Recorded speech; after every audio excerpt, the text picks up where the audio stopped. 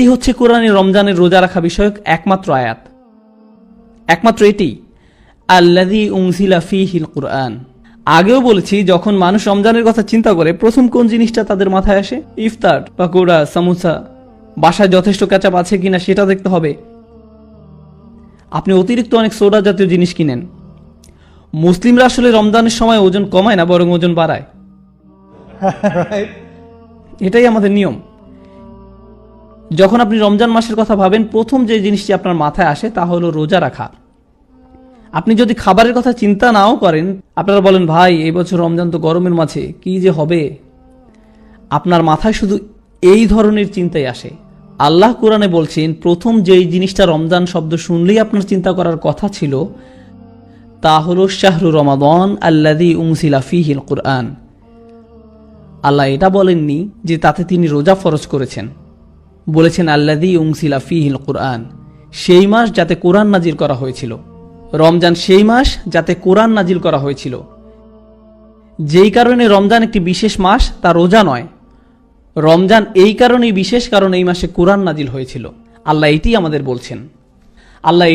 বলছেন। এখন আপনার নিজেকে প্রশ্ন করতে হবে, আপনি রমজানে রোজা রাখছেন কিন্তু আপনি কোরআন পড়ছেন না।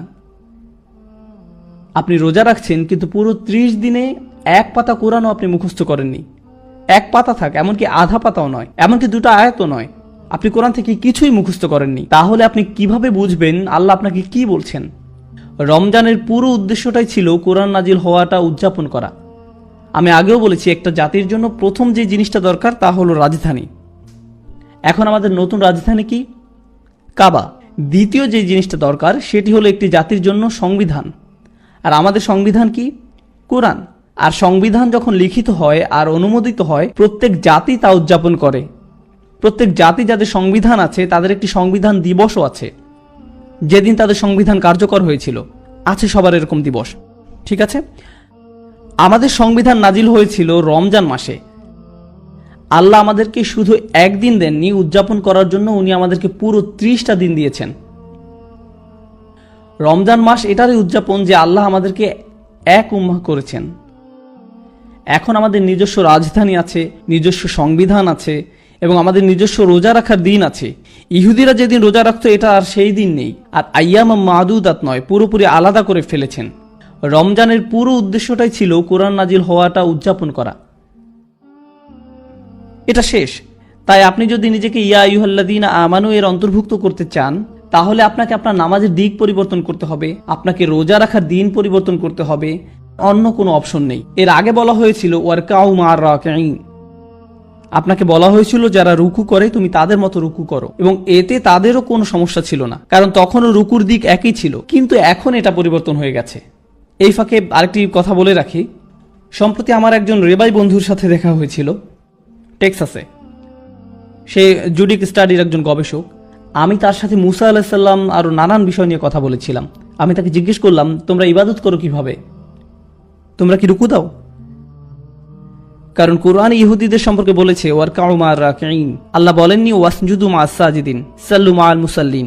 কেন আল্লাহ ইহুদিদেরকে এটা বললেন? তাই আমি জিজ্ঞেস করলাম, তোমরা রুকু করো? আমি জানি তোমাদের সিজদা আছে, রুকু আছে। তো সে বলল, আমাদের কিছু রুকু আছে যেটা আমরা বছরে একবার করি। এক সময় এটা একটা নিয়মিত ব্যাপার ছিল। আমি জানতে চাইলাম, তোমাদের সিজদা আছে? সে বলল, হ্যাঁ, আমাদের সিজদাও ছিল, যাতে আমরা মাটিতে মাথা নত করতাম। এখন আমরা আরেকটা ইবাদত করি, যাতে আমরা ফরিয়াদ জানাই যে কেন এটি আর এখন করি না। ইয়া সালাম। আমি এটা বানিয়ে বলছি না, সে আমাকে বলেছে, এটা একজন রেবাই আমাকে এটা বলেছে। অর্থাৎ তারা সিজদা জিনিসটা একদম হারিয়ে ফেলেছে, আর কিছু রুকু এখনো তারা করে। ওয়ারকাউ মা'আর রাকিঈন। সে আরো যেটা আমাকে বলেছিল তাহলে তাদের ইবাদতের শেষ ভাগটা হচ্ছে রুকু,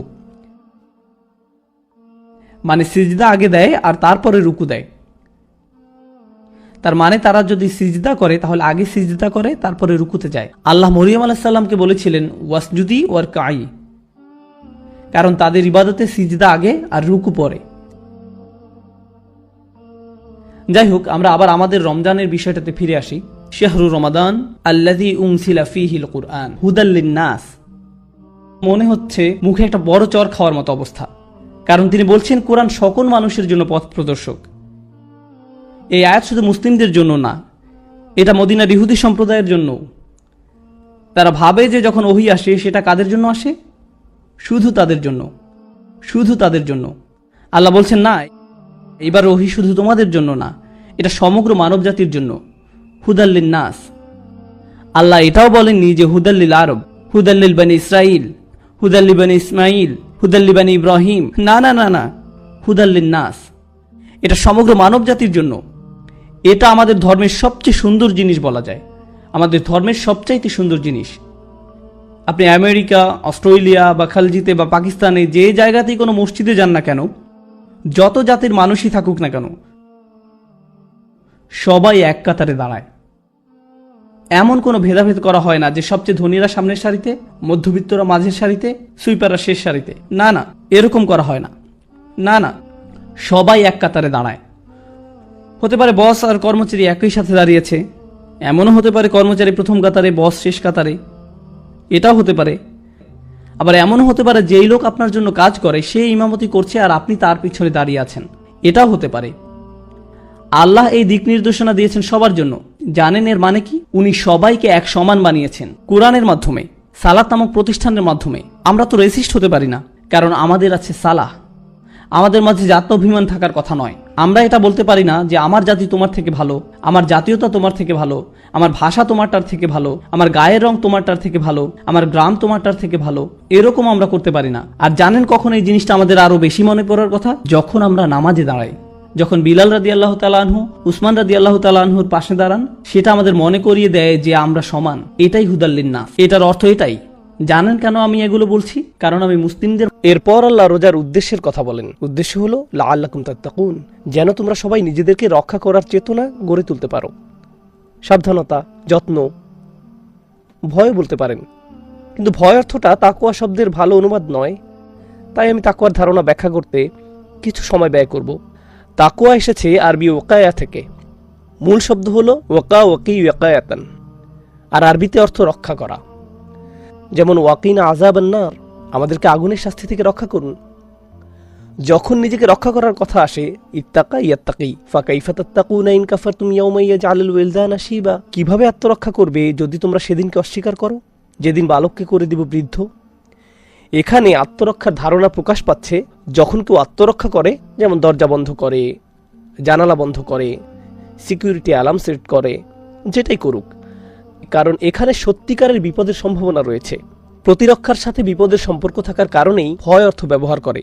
ভয়ের কারণে তুমি যে পদক্ষেপ গ্রহণ করো সেটাই তাকওয়া, ভয় নিজে নয়। এমনও হতে পারে কেউ একজন ভয় পেল কিন্তু বাঁচার জন্য কোনো পদক্ষেপ নিল না, তার তাকওয়া নেই। অন্যদিকে যে ব্যক্তি ভয়ের কারণে দরজা বন্ধ করে, খারাপ এলাকা থেকে বের হয়ে যায়, যেটাই করুক না কেন, এর নাম হলো তাকওয়া। বুঝতে পারছেন?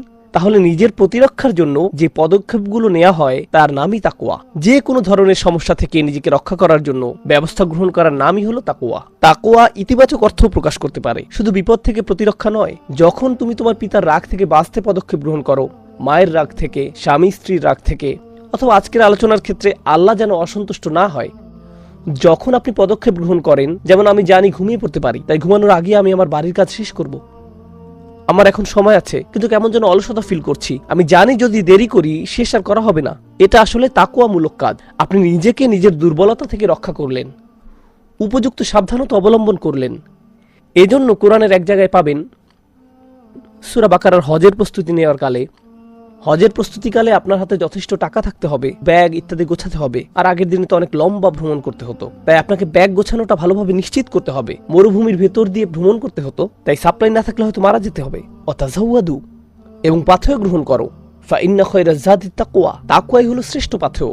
মানে যথাযথ সাবধানতা অবলম্বন করো। শুধু আল্লাহর ব্যাপারে সাবধানতা নয়, তো অর্থবোধক বাক্যাংশে বলা হচ্ছে দেখো সাবধান থাকো, অনিরাপদ পথ বা ভয়ঙ্কর এলাকা দিয়ে ভ্রমণ করো না, আগন্তুকদের সাথে কথা বলো না, নিজের নিরাপত্তা নিশ্চিত করো।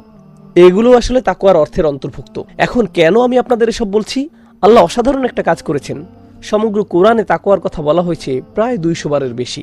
এটি কোরআনের বহুল উল্লেখিত বিষয়বস্তুর একটি, যদি সর্বাধিকবার উল্লেখিত বিষয়বস্তু না হয়ে থাকে। আর আপনারা ঘুমিয়ে পড়ার আগে অগণিত খুতবা শুনে থাকবেন তাকওয়া নিয়ে। প্রিয় ভাই ও বোনেরা, আজ আমি তাকওয়া নিয়ে কথা বলবো, আর আপনি আস্তে করে ঘুমিয়ে পড়েন। সবাই বলে আপনার তাকওয়া থাকতে হবে, তাকওয়া থাকতে হবে, তাকওয়া থাকতে হবে, কিন্তু নামাজের পরে তো আর এটা বিক্রি হচ্ছে না মসজিদের বাইরে। আমি জানি না কোথা থেকে এটা অর্জন করব। এটা একটা ধারণা, কিভাবে এই ধারণা নিজের মাঝে বাস্তবায়ন করব? আমি শুনেছি এটা বেশ গুরুত্বপূর্ণ, আমার এটা থাকতে হবে। এটা একটা বিমূর্ত বিষয়। আমাদের ধর্মের সুন্দরতম একটা দিক হলো এমন বিমূর্ত ধারণাগুলোকে নিয়ে আল্লাহ তার নিজের বইতে প্র্যাকটিক্যাল কিছু উপায় বলে দিবেন। তাই এটা শুধু একটা দার্শনিক ধারণা হিসেবে আপনার মাথায় ঘুরতে থাকে না যে কিছু একটার নাম তাকওয়া। আমার মনে হয় অনেক মানুষের এটা আছে, কিন্তু আমার নেই। না, আল্লাহ আসলে আপনাকে ট্রেনিং অনুশীলন দিবেন, যার বাস্তবায়ন করে আপনি নিজেও তাকওয়া অর্জন করতে পারবেন। এইরকম উপায়গুলোর অন্যতম শক্তিশালী একটি হলো সিয়াম। আশা করা যায় রোজা আপনাকে তাকওয়া দিবে। যদি রোজা রাখলেই তাকওয়ার গ্যারান্টি পাওয়া যেত, তাহলে আয়াতটি এভাবে আসতো, কুতিবা আলাইকুমুস সিয়াম কামা কুতিবা আলাল্লাযীনা মিন ক্বাবলিকুম লিতাত্তাকু। লামটি হতো লামে তালিল, এর অর্থ হতো যেন তোমরা তাকওয়া পেতে পারো। আর যখন লাআল্লাকুম বলছেন, তখন পাওয়ার একটি আশা আছে, কিন্তু কোনো গ্যারান্টি নেই, কোনো গ্যারান্টি নেই। তো আল্লাহ বলছেন তাকওয়া অর্জন করার এটা হলো উপায়, কিন্তু শুধু যদি তুমি সঠিকভাবে সম্পন্ন করো। এমন নয় যে যেই রোজা রাখবে সেই তাকওয়া পাবে। চলুন এই ধারণাটা একটু অনুসন্ধান করে দেখি যে রোজা কিভাবে একজনকে তাকওয়ার দিকে পরিচালিত করে, আল্লাহ সম্পর্কে সাবধান করে এবং তার অসন্তোষ থেকে নিরাপদ থাকা। খুব সহজে বলছি, আমি জটিল কোনো আলোচনা তুলে ধরব না। আজকে পাণ্ডিত্যপূর্ণ হওয়া আমার লক্ষ্য নয়। একজন শিক্ষক হিসেবে আমি আলোচনাটি উপস্থাপন করব, গবেষকের মতো করে নয়, স্কলারের মতো করে নয়। তাই বিভিন্ন উৎস থেকে বিভিন্ন গবেষকের গবেষণা আমি উপস্থাপন করতে যাব না। সেই অধ্যয়ন ইতিমধ্যে আমি করেছি। আমার দায়িত্ব হলো সেই কথাগুলোকে যত সহজে সম্ভব আপনাদের সামনে তুলে ধরা। চলুন এই সম্পর্কে কথা বলি। যখন রোজা রাখছেন, বিশেষ করে গ্রীষ্মকালে গরম কোনো জায়গায়, যেমন টেক্সাসে বা আরবের কোথাও বা পাকিস্তানে, দক্ষিণ আফ্রিকায়, যেখানেই হোক, রোজা রাখলে পানির তৃষ্ণা লাগবেই। আপনি খুব ধার্মিক ব্যক্তি হন বা না হন, তরুণ হন বা বৃদ্ধ হন, তৃষ্ণা এসবের কোনো পরোয়া করে না, ক্ষুধা কোনো পক্ষপাতিত্ব করে না। আপনি ক্ষুধা অনুভব করবেনই। ভেতরের এই অনুভূতিগুলো আপনার শরীর মূলত আপনাকে আল্লাহর অবাধ্য হতে বলছে, তাই না? প্রতিটি সেকেন্ডের পিপাসা যে অনুভব করছেন, চিৎকার করে বলছে আমাকে পানি দাও। আপনার পাকস্থলী প্রায় নিজের একটি করুণ গান নিয়ে আপনার কাছে কাকুতি মিনতি করছে, আমাকে খাবার দাও, আমাকে খাবার দাও। শরীরের ভিতরে একটি যুদ্ধ চলছে, আপনার শরীর আপনাকে আল্লাহর বিরুদ্ধে বিদ্রোহ করতে বলছে। তখন অন্তরের কিছু একটা আপনার পাকস্থলীকে এবং আপনার গলাকে বলছে চুপ থাকো, মাগরিবের আগে নয়, মাগরিবের আগে নয়। সারা দিন ধরে আপনি আপনার নিজের সাথে যুদ্ধ করেছেন, নিজের সাথে গোটা দিন। নতুন বিবাহিত দম্পতি, সে নিজের স্ত্রীর জন্য পাগল, তার দিকে তাকিয়েই আমি এখন কি করব? মাগরিবের আগে নয়, আমি নিজেকে নিয়ন্ত্রণ করব, কারণ আমি রোজা রেখেছি। সবচেয়ে শক্তিশালী কামনা হলো সহবাস, এবং সবচেয়ে মৌলিক প্রয়োজন ক্ষুধা ও তৃষ্ণা আল্লাহ সারা দিনের জন্য বন্ধ করে দিলেন।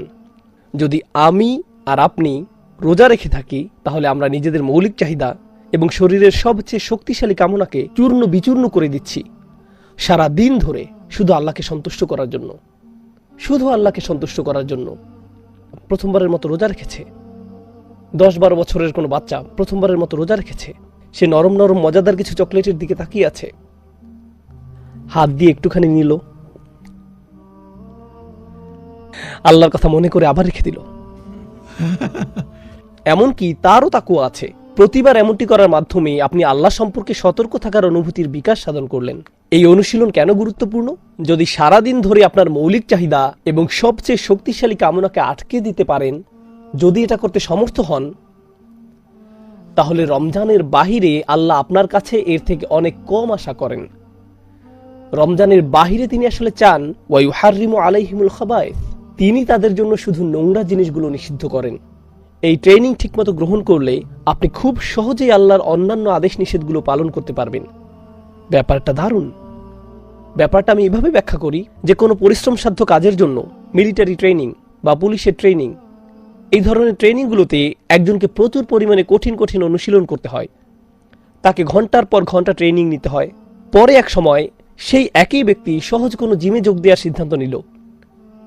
তাদের দৈনিক ব্যায়ামের রুটিন আছে। সে তখন বলে এটা তো কোনো ব্যাপারই না, আমরা এর চেয়ে 10 গুণ বেশি ব্যায়াম করতাম।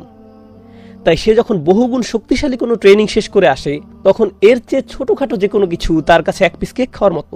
সিয়াম সাধনার ব্যাপারটাও এরকম, যে এরপর আল্লাহ আপনাকে যা করতে বলবেন তা তো এক পিস কেক খাওয়ার মতোই। পুরো রমজান মাস জুড়ে আপনি আল্লাহ সম্পর্কে সতর্ক থাকা শিখবেন। পরবর্তীতে নিজেকে ভালোভাবে রক্ষা করতে সক্ষম হবেন আল্লাহর যে কোনো ধরনের অবাধ্যতা কাটবেন, এরকম ভাবে মাথা নিচু করে রাখবেন আর বলবেন যে আমি বিনয় প্রকাশ করছি। এটা বিনয় প্রকাশ করা নয়, আপনি সোজাভাবেই হাঁটবেন। আপনি মানুষের সাথে তাচ্ছিল্য সহ কথা বলবেন না। আর আলাল আরদি এই ধারণাটি হলো যেখানেই যান, হয়তো ঘরে থাকতে পারেন, হয়তো কাজে থাকতে পারেন, হয়তো শিক্ষা প্রতিষ্ঠানে থাকতে পারেন, হয়তো আপনার কর্মচারীদের সাথে কাজে আছেন, হয়তো আপনার নিয়োগদাতার সাথে কথা বলছেন, হয়তো কথা বলছেন শিশুদের সাথে, অথবা কথা বলছেন বড়দের সাথে, হয়তো আপনার বাবা মায়ের সাথে কথা বলছেন, হয়তো এটা অন্য কেউ, হয়তো এটা মুসলিম হতে পারে অথবা অমুসলিম। যখনই মানুষের সাথে কথা বলেন এক ধরনের বিনয় থাকতে হবে। যেভাবে আপনি তাদের সাথে কথা বলবেন, কাউকে মূল্যহীন বোধ করাবেন না আপনার কথার দ্বারা।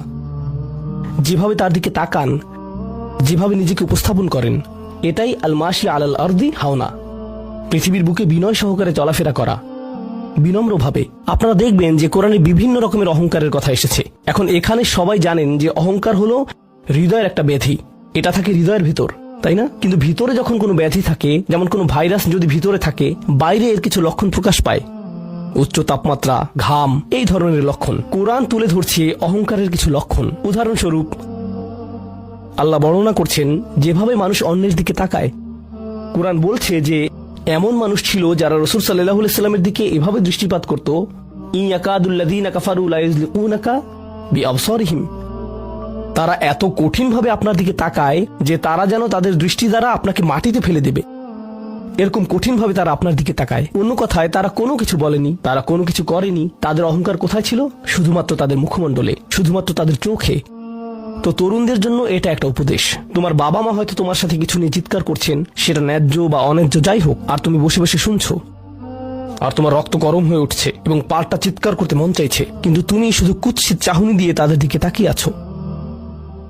এই কুৎসিত চাহনি দিয়ে তাকিয়ে আছো, আর তোমার মা বলছেন আমার দিকে এভাবে তাকিয়ে আছো কেন? আমি তো কোনো কথা বলিনি। তুমি কিছু বলনি, এটা পুরস্কার পাওয়ার মতো কিছু না। তুমি কিছু বলনি, এটা পুরস্কার পাওয়ার মতো কিছু না। কারণ অধ্যত্ব শুধু তোমার কথাতেই থাকে না। তবে অভিনন্দন যে তুমি কোনো কিছু বলনি, এটা অপেক্ষাকৃত ভালো, কারণ সেটা তাহলে আরো খারাপের দিকে যেত। কিন্তু এক ধরনের অধ্যত্ব, ক্রোধ এবং বিনয়ের অভাব আমাদের চোখে মুখে ফুটে ওঠে। সুম্মা নজর, সুম্মা আবাসা অবাসার, সুম্মা আদবার ওয়াস্তাকবার। শুধু যেভাবে কারো দিকে তাকান, শুধু যেভাবে ভ্রু কুঁচকান, শুধু যেভাবে চোখ ঘুরান, কখনো কখনো যেভাবে কারো দিকে তাকান, কখনো কখনো যেভাবে কারো দিকে না তাকান। কেউ আপনাকে সালাম দিয়েছে, আপনি তার দিকে তাকালেন না, অন্যদিকে ফিরলেন এবং তা উপেক্ষা করলেন, অথবা শুধু ওয়ালাইকুম আসসালাম বললেন। আপনি সালামের জবাব দিয়েছেন, কারণ তা না হলে তো গুনাহ হতে পারে, কিন্তু জবাব দিলেন খুবই নিচু স্বরে, এটা নিশ্চিত করার জন্য যাতে সে শুনতে না পায়, আর সে মনে করলো যে আপনি জবাব দেননি। এরকম যে আল্লাহ জানেন যে আমি জবাব দিয়েছি, কিন্তু আমি তাকে এটা জেনে পরিতৃপ্তি লাভ করতে দিব না যে আমি তার সালামের জবাব দিয়েছি। তো যখন সে এসে বলে যে ভাই আমি তো আপনাকে সালাম দিয়েছি, আপনি জবাব দেননি, আমি তো জবাব দিয়েছি, এটাও হাউন এর অভাব। আল্লাযীনা ইয়ামশুনা আলাল আরদি হাওনা, মানুষের প্রতি বিনয়, শিশুদের প্রতি করুণা, বয়স্কদের প্রতি করুণা, এমন মানুষদের প্রতি করুণা যারা এর যোগ্য না। আর প্রসঙ্গক্রমে এর অর্থ এটা না যে আপনাকে অপমান করার সুযোগ আপনি মানুষকে করে দিবেন। এমন পরিস্থিতি আছে আমাদের পরিবারগুলোতে, আমাদের বন্ধু বান্ধবের মাঝে, আমাদের পরিসরে, যেখানে কিছু মানুষকে অবমাননাকর হিসেবে পাবেন। এমনটা ঘটে। আপনার পরিবারে এমন মানুষ রয়েছে, কখনো কখনো আপনার পিতামাতাও এরকম হতে পারেন। এটা খুবই কষ্টদায়ক বিষয়, এটা খুবই অন্যায্য বিষয়, আর আপনাকে এগুলো সবসময় শুনতে হয়, বারবার শুনতে হয়। শ্রোতাদের ভিতরে এমন নারী রয়েছেন যাদেরকে আমি দেখতে পাচ্ছি না, তারা পর্দার আড়ালে রয়েছেন, কিন্তু তারা যে অবস্থাতেই থাকেন, হয়তো শ্বশুরবাড়ির আত্মীয় অথবা ভাই বোন বা অন্য কারো কাছ থেকে তাদের কথা শুনতে হয়, আর তাদের এটা সব সময় শুনতে হয়, আর এগুলো শুনে তাদের রক্ত গরম হয়ে যায়। তখন কি করবেন? আপনাকে তখনও বিনয় ধরে রেখে যা করা শিখতে হবে তা হলো প্রথমত সেরকম পরিস্থিতি থেকে দূরে থাকবেন। যদি জানেন যে মেজাজের ভারসাম্য হারিয়ে ফেলবেন, তখন সেখান থেকে বেরিয়ে যান। এই মুহূর্তে আমি এই আলোচনায় অংশ নিতে পারবো না, দুঃখিত, আমি একটু হাঁটতে যাব।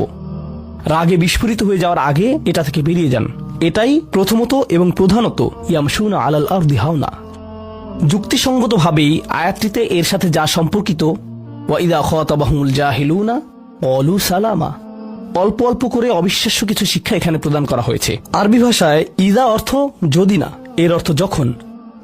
যখন বিরক্তিকর ব্যক্তিরা, যখন সেই ব্যক্তিরা যাদের নিজস্ব নিয়ন্ত্রণ নেই, এরা যখন তাদের সাথে কথা বলে, যখন মূর্খ লোকেরা তাদের সাথে কথা বলে, এখানে বলা হচ্ছে না যে যদি তারা কথা বলে, বরং আয়াতে বলা হচ্ছে যখন তারা কথা বলে। আল্লাহ আমাকে এবং আপনাকে জানিয়ে দিচ্ছেন যে এমন লোক সব সময় থাকবে যারা আমাদের উদ্দেশ্যে কথা বলবে, যারা আমাদের সাথে আলোচনায় অংশ নিবে, যারা আমাদের সাথে ভাব প্রকাশ করবে। তাদের আচরণ হয়তো ভালো হবে না, এরকমটা ঘটবে, এটা এড়াতে পারবেন না। এই ধরনের অপ্রীতিকর অভিজ্ঞতার শিকার আপনাদের প্রত্যেককেই হতে হবে, আমি সহ। এমন লোক থাকবে যারা জাহেল। এখানে জাহেল অর্থ উপলব্ধি করুন। জাহেল অর্থ শুধুমাত্র মূর্খ না। যখন মুসা আলাইহিস সালামকে গরুর বাছুর সম্পর্কে জিজ্ঞেস করা হলো, তিনি বলেছিলেন যে তোমাদেরকে একটি গরু কুরবানি করতে হবে। আর তারা বলেছিল, তুমি কি তামাশা করছো? আতাত্তাখিযুনা হুজুয়া, তুমি কি আমাদের সাথে উপহাস করছো? আমাদেরকে গরু কুরবানি করতে হবে? এখানে আমাদের সামনে জটিল পরিস্থিতি রয়েছে, কিন্তু কোনো গরু কুরবানির প্রয়োজন নেই। তিনি আসলেই রেগে গেলেন। আপনারা জানেন যখন মুসা আলাইহিস সালাম রেগে যান তখন তিনি কিছু একটা করে ফেলতে পারেন। তো তিনি তাৎক্ষণিক আল্লাহর কাছে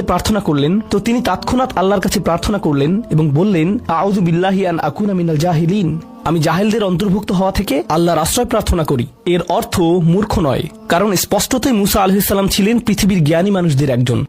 তিনি অজ্ঞতা নিয়ে কথা বলছেন না। তিনি বলছেন, আমি আমার আবেগের উপর নিয়ন্ত্রণ হারানো থেকে, মেজাজের নিয়ন্ত্রণ হারানো থেকে আল্লাহর আশ্রয় প্রার্থনা করছি। এমন জিনিস বলা থেকে অথবা করা থেকে যা আমি এখন করতে চাই, কিন্তু আমাকে নিজেকে সংযত করতে হবে।